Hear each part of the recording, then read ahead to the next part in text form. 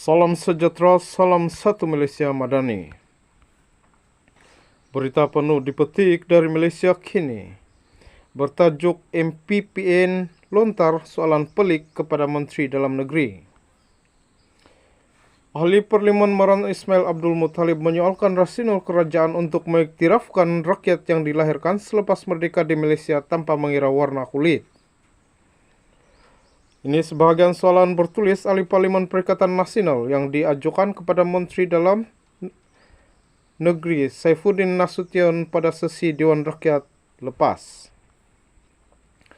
Minta Menteri Dalam Negeri menyatakan apakah benar kerajaan berhasrat untuk memberi pengiktirafan kepada rakyat yang lahir selepas merdeka tanpa mengira warna kulit. Jika benar, apa rasionalnya, kata soalan yang diajukannya itu. Dalam jawaban balas, Saifuddin mengingatkan bahwa pemberian kerakyatan kepada individu yang lahir sebelum atau selepas merdeka adalah tertakluk kepada undang-undang yang termaktub dalam Jadual 3, Pelembagaan Persekutuan, Peraturan Kewarganegaraan 1964 dan peruntukan penguatkuasaan lain yang berkaitan. Tambahnya, pemberian kerakyatan kepada individu bukan warga negara adalah anugerah tertinggi, dan hak eksekutif kerajaan persekutuan tidak ditawarkan dan diberikan secara sewenang-wenangnya.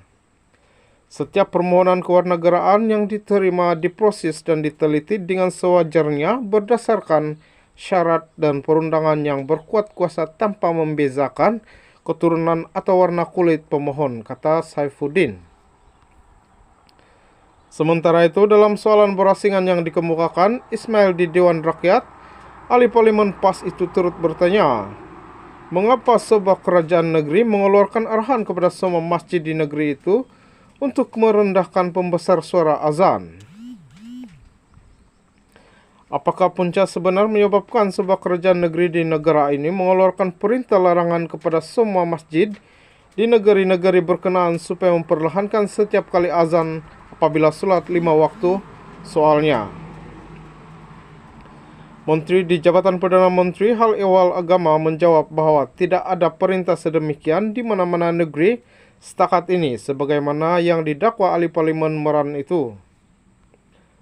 Walaupun Ismail tidak menyebut negeri mana yang dimaksudkannya, maklumat palsu berhubung larangan pembesar suara masjid untuk azan di Pulau Pinang telah tersebar sejak kurang-kurangnya 2011.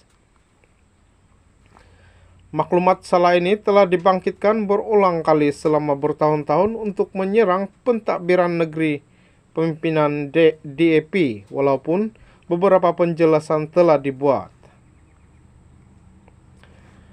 Larangan yang berkaitan penggunaan pembesar suara untuk bacaan ayat-ayat Al-Quran sebelum salat subuh dan bukannya terhadap laungan azan untuk sendiri.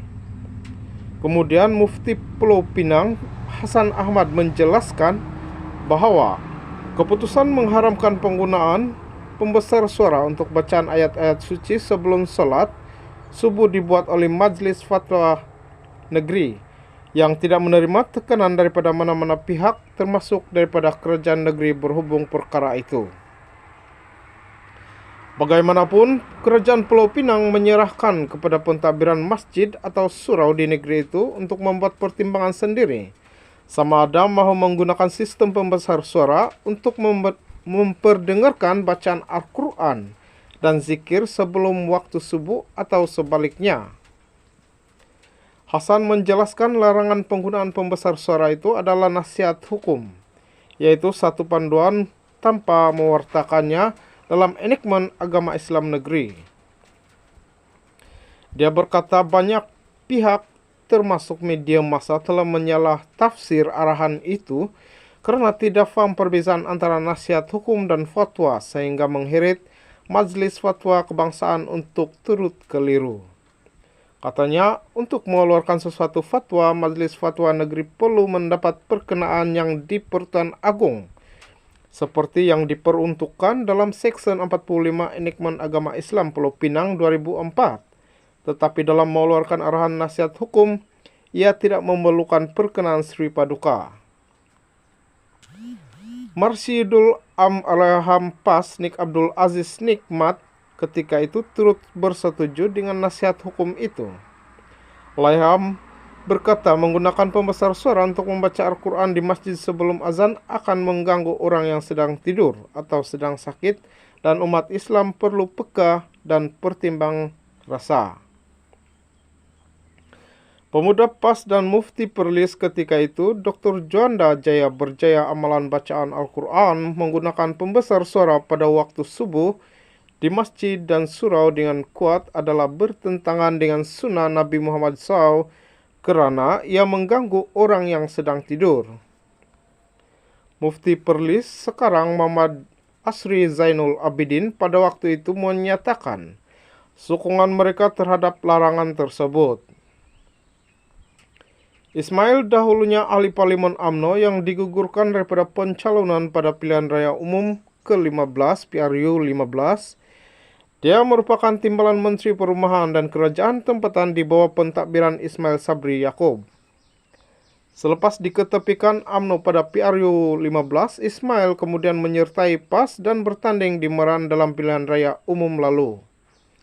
Pada soalan bertulis Parlimen bertarik 15 Februari 2023, Ismail bertanya satu lagi soalan pelik kepada Menteri Dalam Negeri tentang mengapa kampung baru masih dikekalkan dan jika komunisme masih wujud di tempat tersebut. Menteri Dalam Negeri menyatakan kebanyakan kampung-kampung baru asalnya dibentuk penempatan semula golongan-golongan yang terlibat dengan komunis. Kenapa ianya perlu dikekalkan? Apakah idea-idea komunis masih wujud di kampung-kampung baru dan apakah kerajaan bercadang untuk menyatukan semua kampung baru di bawah kementerian yang sama? Kata soalan ahli parlimen Merantu. Saifuddin menjawab bahwa kampung-kampung baru itu telah ditubuhkan pada zaman darurat untuk menangani ancaman pemberontak komunis. Idea di sebalik rancangan ini untuk memindahkan penduduk kampung Cina di penempatan terpencil yang berselerak di pinggir hutan ke kampung baru bagi mengelakkan pemberontak komunis mengancam atau menerima bantuan logistik atau maklumat daripada penduduk.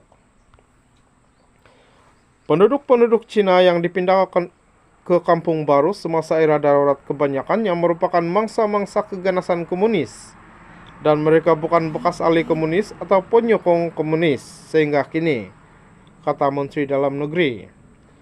Mereka yang dipindahkan dan ditempatkan di kampung-kampung baru khususnya penduduk Cina merupakan mangsa-mangsa keganasan pengganas komunis yang kejam dan ganas walaupun terhadap masyarakat Cina sendiri. Jelas Saifuddin lagi.